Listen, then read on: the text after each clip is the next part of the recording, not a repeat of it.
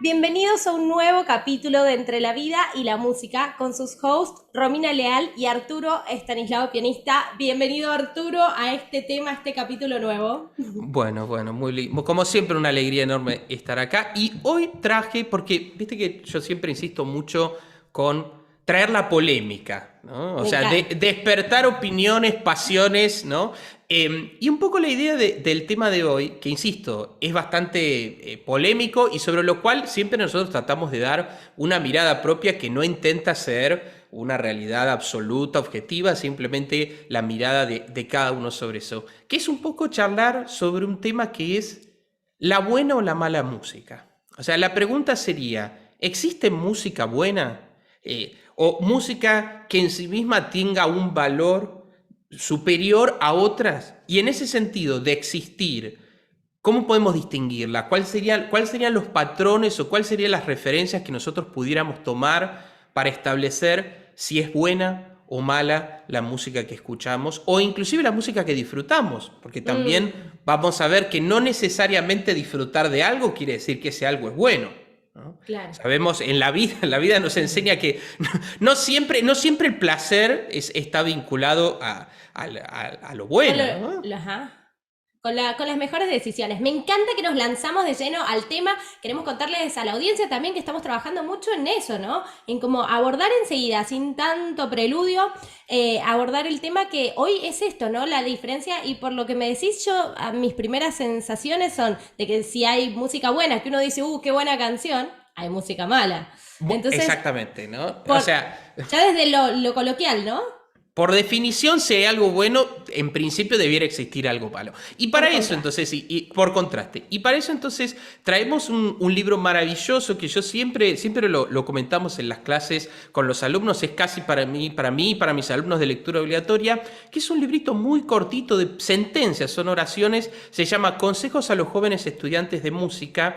Y el que lo escribe o el quien da esas sentencias es Robert Schumann. Schumann, para ponernos en contexto, es uno de los grandes compositores de música clásica del siglo XIX, unos grandes los compositores alemanes, hay toda una tradición gigantesca ahí, y Schumann ocupa dentro de los grandes compositores un lugar especial dentro de la música que decimos romántica del siglo XIX. Schumann, aparte de ser un extraordinario compositor, se dedicó a la crítica musical y a la pedagogía, y dentro de eso compiló estas sentencias en este librito que yo digo son consejos a los jóvenes estudiantes de música, pero Mm. bien podría ser para los músicos avanzados también. O sea, no sé si solo le cabería a los jóvenes o a los estudiantes nada más, ¿no? Claro, me encanta que es bastante disruptivos, o sea, como que los temas, las sentencias que vamos a leer, pues son esas, ¿no? Como sentencias casi. Y son así bien para ganarse enemigos, así que son bienvenidos los enemigos también aquí al podcast. Bueno, claro, son sentencias fuertes, sobre todo tengamos en contexto, bueno, estamos hablando de un compositor del siglo XIX, Y quizás eso. los criterios que había respecto a la música e inclusive a la música más seria o más popular, obviamente eran Mm. muy distintos y pueden tener a veces una connotación fuerte o peyorativa, algo que uno diría, no sé si en el siglo XXI me atrevería a establecerlo, pero de todas maneras es interesante como testimonio y sobre todo porque también Schumann, aparte de sus críticas, nos da quizás una llave o una puerta para responder a alguna de estas preguntas, ¿sí? Vamos a Me comenzar encanta. entonces. Vamos. Entonces, vamos por lo fuerte. Schumann en una sentencia dice, no toques música mala y salvo que las circunstancias te obliguen, tampoco la escuches.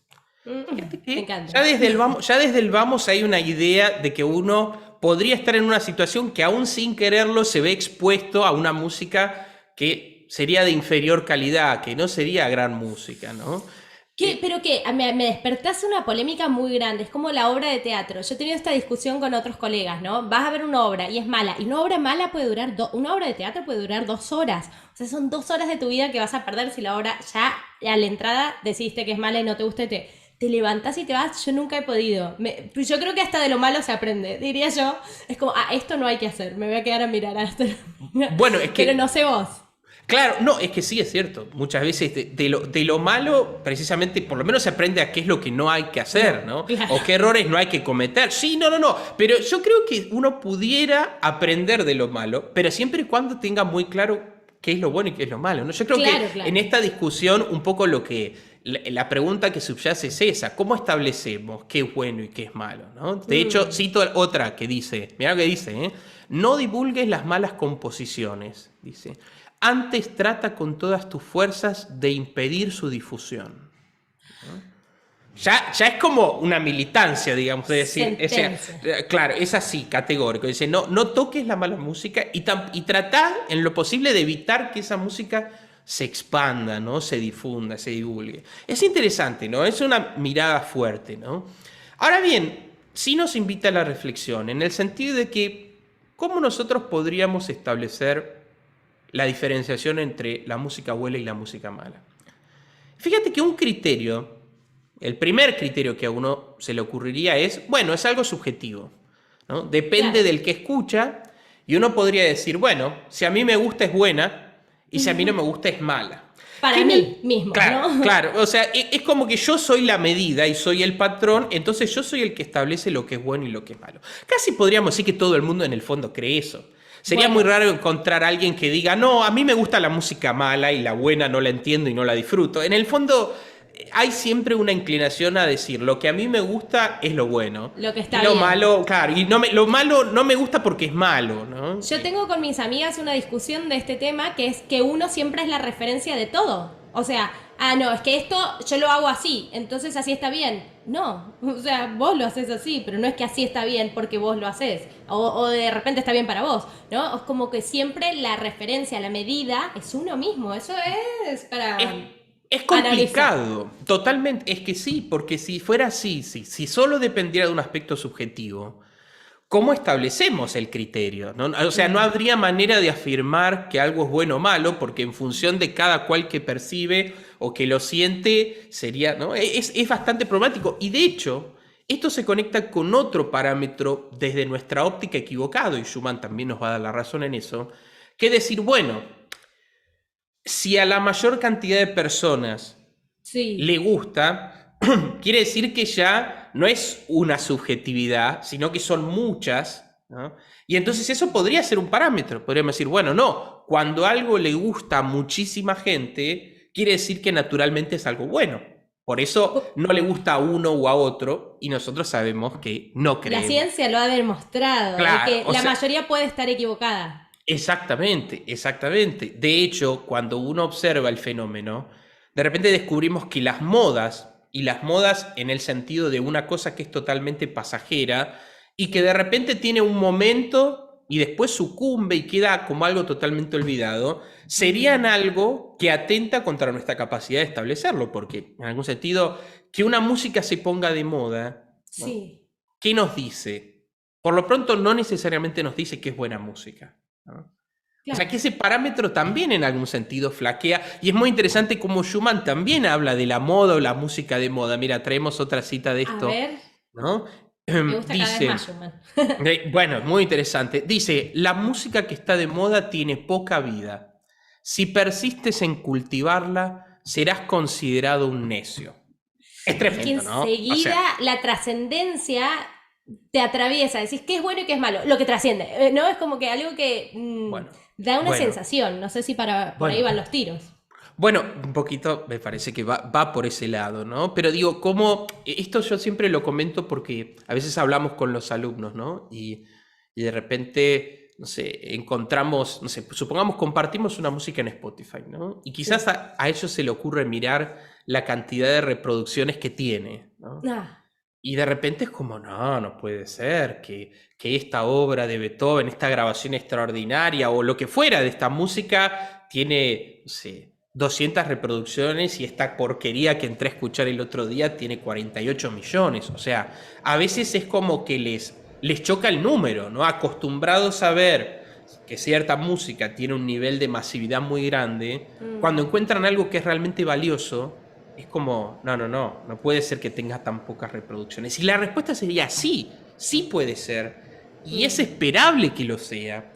Precisamente porque eso no está de moda. O sea, lo que implican las reproducciones, lo que implica que ciertos Claro. músicos se hagan millonarios y construyan carreras y vivan, ¿no? Digamos, una vida de magnates, no es precisamente porque su música es intrínsecamente valiosa. Porque a veces también el éxito, ¿no?, se mide en función de eso. Si es un artista exitoso, sí, llena estadios, vende millones de discos, da conciertos alrededor del mundo, y en el fondo todo ese aspecto, ¿no?, nos haría creer que es porque es un gran artista, sin Mm, ninguna duda. Si logró eso, naturalmente tiene un valor. Y la respuesta de vuelta es no, ¿no? No necesariamente, ¿no? Y sí. de hecho, si es así, es muy probable que no. Es O que la sea, fama, ¿cuánto confunde la fama con el talento con el verdadero? valor, Con claro. el valor, que es el tema de hoy.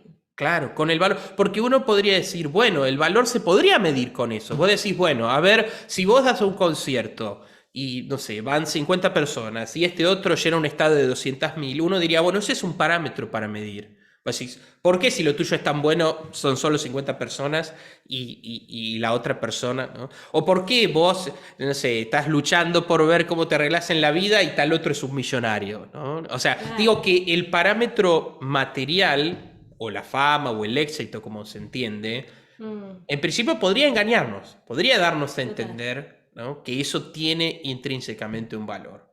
Y Eso nosotros siempre sabemos me que hace no. pensar que nos estamos perdiendo de artistas extraordinarios porque no son famosos, ¿no? Porque Claro. no te los recomiendan. Y también me pasa con los Rolling Stones, que son unas bestias que, claro, todo el mundo entero sabe quiénes son. Y si entras a las cuentas de cada uno de ellos, el following que tienen, la cantidad de seguidores, no tiene coherencia al lado de un artista nuevo. Por ejemplo, yo sigo a un chico que es rapero italiano, que tiene tipo millones de seguidores. Literal, estamos hablando de los líderes de Rolling Stone, creo que tienen 2 millones de seguidores, versus 20, un rapero que acaba de salir italiano, que sí como canta hace 3 días más o menos, ¿no? Bueno, Entonces, decís, es desmedido, es desequilibrado totalmente esto, o sea, absolutamente. Es que fíjate que yo también traigo este tema, porque en esta era, ¿no?, de las redes sociales y de los seguidores y de las reproducciones de los videos, es tan notorio, porque antes vos pensás que vos decís, bueno, es un artista exitoso, pero uno tampoco podía ver cuánta gente lo estaba escuchando. Había una medida que era cuántos discos había vendido, por ejemplo, ¿no? claro. Vendió más de 1 millón de copias. ¿Te acordás que los anunciaban así a Sí, los sí, artistas? sí. Como, es disco de platino, qué sé yo. Sí. Bueno, era como mínimamente una manera de que la industria le daba a los usuarios una referencia. Hoy en día es Claro. como que entras al video y lo ves. O sea, ves la cantidad concreta de reproducciones que hubo en 3 meses, ¿no? Entonces quiere decir que a veces esos números, o esto, es decir, entré al perfil, tiene 10 millones de seguidores. Y bueno, es como chocante a veces eso, ¿no? Sí, sí, O sí. sea, como en algún sentido el valor desde nuestro criterio, y Schumann un poco también lo dice, no, no estaría vinculado a eso, ¿no? Él, por ejemplo, tiene otra cita hermosa que dice, A ver. eh, nos dice, por ejemplo, dice, ¿no? Dice, no te dejes engañar por los aplausos que obtienen muy a menudo los llamados virtuosos. La aprobación de los competentes sea para ti de mayor valor que la del público. Acá hay algo interesante, porque Sí. de alguna manera uno podría decir, bueno, una opinión podría existir una opinión autorizada que no es necesariamente la del público, ¿no?, Mm, pero que me permitiría decir, bueno, ¿no?, esta persona tiene un conocimiento, una educación, una sensibilidad musical que le permitiría discriminar, ¿no? Pero nuevamente ahí entramos en otro problema. ¿Quiénes son? ¿Quién se puede arrogar ser ese competente del que habla Schumann, ¿no?, que para claro. establecer y hacer una división de qué es bueno y qué es malo, ¿no? Nuevamente entramos con este tema de la subjetividad muy Total. complejo, ¿no? Pero Mm, sin embargo, esta idea de la autoridad a mí no me desagrada tanto en un aspecto. Muchas veces uno puede, digamos, observar un fenómeno. Supongamos, no sé, alguien que crea una música y que esa música ejerce una influencia enorme sobre los músicos que vienen después, ¿no? sí. Me viene, no sé por qué, a la mente Piazzolla, ¿no? Es Ujú, muy interesante porque cuando total. Piazzolla arriba con el tango, él viene de una ruptura y fue tremendamente combatido por los músicos de tango, pero es Sí, sí, increíble sí. cómo su música después redefinió todo el género, ¿no? O sea, Todo. y estableció como una tradición, y de hecho muchos músicos se vieron tan influenciados que a veces era como que decían, bueno, tengo que poder escapar de esta trampa de estar atado a este estilo, ¿no? Como que a veces Sí. hasta era un problema, o sea, demasiada influencia ejercía, Mm. ¿no? O les impedía a veces encontrar un lenguaje propio porque, digamos, ¿no? Pero digo que eso es, por ejemplo, bueno, el hecho de establecer una tradición, ¿no? Sí. Eso sí quizás habla de una competencia, ¿no?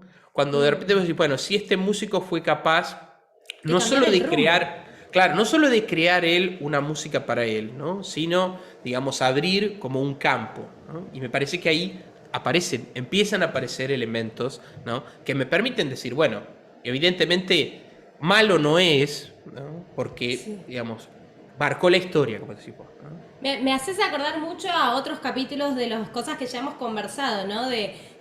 No sé, el último capítulo, de otros capítulos de la primera temporada donde analizábamos la diferencia entre, bueno, de la industria, de ser un producto de la industria o ser un artista, ¿no?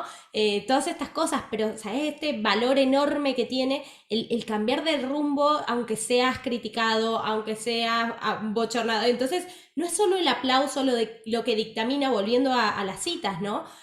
La calidad, o sea, o el virtuoso, o cuán bueno es, no es solo el aplauso, a veces puedes ser abucheado y estar haciendo una verdadera obra de arte que va a cambiar el rumbo de la historia. Qué Totalmente. loco Bueno, eso. es que es muy interesante porque conocemos muchos casos concretos de eso. Es Mm, decir, la historia de la música nos enseña que muchas veces ciertos compositores en su época, ¿no? Con sus contemporáneos, ocupaban un rol totalmente secundario. Eran, como así uno más del montón, ¿no? sí, Y había otros músicos en esa época que eran considerados los grandes músicos, los músicos que estaban establecidos, que ejercían una influencia, los músicos que accedían a los mejores puestos y a los mejores cargos, ¿no? claro. Hay una cosa ahí impresionante porque esa sería como la medida, todos se morían porque tal músico fuera el músico de la corte de Luis XIV, ¿no? Claro. ¿No? Y que de repente es muy interesante cómo el paso del tiempo invierte totalmente. O sea, aquel músico que parecía un músico menor se vuelve central e indispensable, y ese músico que era muy valorado queda como una mención, una nota al pie, como bueno, sí, en el siglo XVIII Vivió. consideraban, claro, vivió y compuso, pero sus obras hoy no producen, ¿no? Lo que produce, o sea, o se lo conoce como una mera mención historiográfica, perdón, Ajá, no, se entusiasmó el piano, ¿no? Pero sí. digo, eso sabe de lo que estamos hablando. Quiere conversar él también. Quiere compartir. Bueno, ya de hecho vamos a compartir al final del capítulo, ya que estamos ¡Qué hablando tanto de bien! Schumann, un poquitito de la música de Me Schumann, así que sí. encanta. No, ya va a participar él. Está como Eh, loco, ¿qué quiere? pero digo entonces, ¿no? Cómo de repente esta cuestión del éxito, ¿no? O de cómo Mm. la industria mide el éxito, ¿no? O establece qué es un artista exitoso o no. Bueno, nuevamente tampoco nos daría respuesta a esta pregunta de qué es buena música o qué es mala música o si existe, ¿no? Lo tricky de esto creo que es la fama siempre, porque uno puede ser famoso por diversas razones, más hoy en día, ¿no? O sea, inclusive hay mucho, en mi rubro en especial, en la actuación, hijo de, ¿no? Y es como, hay algunos que no, hay algunos que se lo han ganado también, ¿no? Pero son las excepciones, diría yo. Hay mucho hijo de famoso que bueno, mi papá era cantante, entonces yo canto, mi papá era actor, entonces yo actúo, entonces mi papá, y yo heredo como su trono, y decís, sí, sos famoso, tenés exposición, tenés un following que no te has ganado con tu arte. No sé, hay temas Bueno, ahí, ahí, tiros y ahí hay directos. cuestiones, sí, también. Como el éxito o la fama pueden estar medidas por cuestiones totalmente extra musicales o extra artísticas, ¿no? Total. Totalmente. Pero fíjate que aquí quería volver una vez más sobre esta idea de lo bueno y lo malo según yo, ¿no? Ay, sí. Que eso es un tema interesante y obviamente admitiría también tratarlo de otra manera, ¿no? Pero cómo a veces de repente no necesariamente lo que uno le gusta o lo que uno le gusta en el momento es, digamos, algo que permanece, ¿no? O sea, como que el juicio de uno va cambiando y no Mm, necesariamente lo que te gustaba, ¿no? te sigue gustando y al revés, como muchas cosas que de repente no te despertaban ningún interés, de repente se vuelven indispensables, ¿no? Mm. Y esto se conecta con este tema que nosotros siempre hablamos de la educación musical, ¿no? Porque muchas veces pasa, y a mí me ha pasado muchísimas veces, y puedo citar ejemplos concretos, de música que en un momento para mí no tenía, y que hasta música que me era difícil escuchar, o no sé si difícil, pero con la que yo sentía que no conectaba, y que de repente pasa el tiempo y uno va, digamos, como ampliando el paladar, y descubre que es extraordinaria, y de hecho descubre, digamos, como todo un mundo, ¿no? Dentro de eso, ¿no? A mí me pasaba, me río porque me siento muy identificada con lo que decís, que siento que uno sabe que está madurando y que se está haciendo grande cuando te empieza a gustar el tango, ¿no? Que Por cuando ejemplo, yo por era joven, ejemplo, era como, ¿qué es eso? ¿Por qué escuché eso a mi abuelo? ¿No? Como que me parecía depresivo, me parecía como que... Y cuando pasás los 20, de verdad, me pasó como que crucé los 20 y de repente le encontré un sabor a eso, a esas letras, una coherencia, una profundidad que no había encontrado antes en ningún otro tipo de música. Y decís, "Oh, estoy envejeciendo." claro, bueno, pero no sé, bueno, no sé si envejeciendo, estoy madurando en todo caso, ¿no? Madurando, O me claro. estoy volviendo más sabio, podría ser, ¿no? También, más Eh, lindo dicho. Dicho de otra manera, claro, ¿no? Pero es cierto eso, ¿no? Cómo cambia el propio, o sea, nuestra subjetividad no podría ser el parámetro porque es algo cambiante. Mm. Es algo que va subiendo. De hecho, yo, por ejemplo, siempre recuerdo, concretamente, yo me acuerdo de una, mira, un ejemplo concreto, cuando yo escuché por primera vez las sonatas para piano de Scriabin. Scriabin es un compositor ruso, ¿no? De fines del siglo XIX, muy complejo, ¿no? Y su música después, bueno, se vuelve algo realmente difícil de digerir, ¿no? Pero me acuerdo que cuando escuché por primera vez la primera sonata para piano, para mí era ruido, eran como cacofonías, era algo que yo dije, esto no tiene ningún sentido, no se entiende nada. Y me acuerdo que fue la que era mi maestra de piano en ese entonces que me dio el disco y me dijo, bueno, Tomás, llévatelo y escúchalo. Y claro, uno empieza a escuchar y empieza a comprender y empieza a entender el sentido. Y de repente yo hoy te escucho y para mí es una cosa lírica que lo puedo cantar como una melodía de tango directamente, eso, ¿no? Como algo totalmente lírico, ¿no? Y digo, ¿cómo es la transformación de uno y cómo la educación musical, la práctica musical y la escucha, en el fondo están Sí. siempre transformando nuestra percepción, ¿no? De esa misma música, ¿no? Es muy interesante eso, ¿no? Cómo Y es está muy bien que cambiante. así sea, que evolucionemos, ¿no? Como antes nos gustaban colores o sabores diferentes, yo antes no comía pera, ahora me encanta la pera. O sea, y pasa uno así, de detestar a amar. O sea, a mí me parece hermosamente disruptivo eso. Y hay mucha gente que está peleada con el cambio, con la evolución, con el crecimiento, y es parte, o evolucionamos o morimos. Entonces, invitamos desde aquí a también que ahonden en diferentes géneros y cuestiones musicales, que abran un poco la cabeza, el corazón, las emociones y bajen un poco el juicio, ¿no? Creo que también se Bu- habla mucho de esto en el arte y en esto que estamos hablando, del valor. Hay mucho juicio, mucha cosa, esto que decíamos, lo subjetivo. O sea, a mí me gusta es bueno, o sea, a mí me gusta, no me gusta es malo. Entonces, bajarle un poco al prejuicio y al juicio y abrir la mente y el corazón. Por eso, sí, por esta idea también de que quizás lo que me gusta puede ser malo y de que quizás lo que no me gusta puede ser bueno. O sea, más bien uno debería sentirse inclinado a pensar eso. De hecho, es un fenómeno muy curioso que también alguna vez podremos hablar más en detalle de cómo hay muchas personas que escuchan música quizás en su adolescencia y Sí. después no descubren más música nueva. Es como que Mm. en algún sentido encontraron, ¿no? El playlist de su vida, por así decir, y ese playlist permanece inalterado. Entonces es como que la música nueva no la escuchan, no conocen otros géneros, y vos te das cuenta que siguen escuchando aquellos conjuntos, grupos de rock y de pop artistas que eran los artistas de la década del 80 o del 90, de cuando ellos eran adolescentes, Claro. y como que se quedaron clavados ahí, ¿no? Sí. Nunca pudieron salir de eso, ¿no? Yo digo que en ese sentido es un lindo ejercicio para nosotros el salir a buscar música nueva, ¿no? Y hacerlo Hermoso. muchas veces, bueno, tratando de guiarse por criterios que no son solo el propio, ¿no? Digo, Mm. hay una riqueza que se puede encontrar, ¿no? Y Y es me muy gusta, lindo cuando sí. uno sabe eso, que dice, me gusta esto y es de muy mala calidad, pero me gusta mucho. A También mí me eso, que pasa. también es válido, que también es Sí, válido, porque uno podría decir, bueno, voy a comer esta hamburguesa, es fast food, yo sí, sé que es grasosa, no le hace bien a mi salud, pero sí, sin embargo uno puede decir, bueno, yo lo disfruto, ¿no?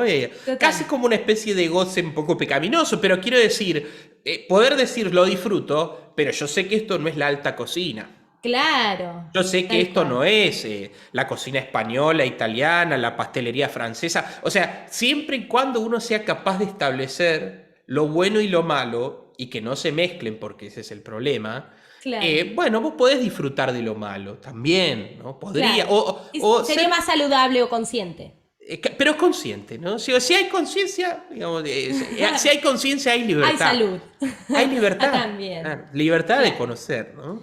Pero Y bueno, así esto me escucho yo todas las cumbias y los reggaetones. Pero está Arthur, muy bien. no Está quiero que te muy bien. vayas sin tocar el piano. No, no ¿Qué nos más nos vamos a ibas a tocar el contar? piano, pero en realidad quería cerrar, cerrar, estos temas nunca se pueden cerrar, ¿no? Sí. Pero con aquello que yo creo que es Schumann dentro de todos esos juicios tan categóricos y demás, yo creo que sí habla de cosas que me parece que nosotros tenemos que utilizar como patrones o referencias, ¿no? Ajá. Para decir, bueno, lo bueno y lo malo, si no confío en el aplauso del público, si desconfío de mi propio juicio, ¿qué Mm, puede servirme? Como, si los referencia. competentes es difícil establecer quién es competente, ¿no? Y dice Mm, que, ¿de dónde me agarro? ¿No? O sea, ¿cómo puedo yo responder a esta pregunta?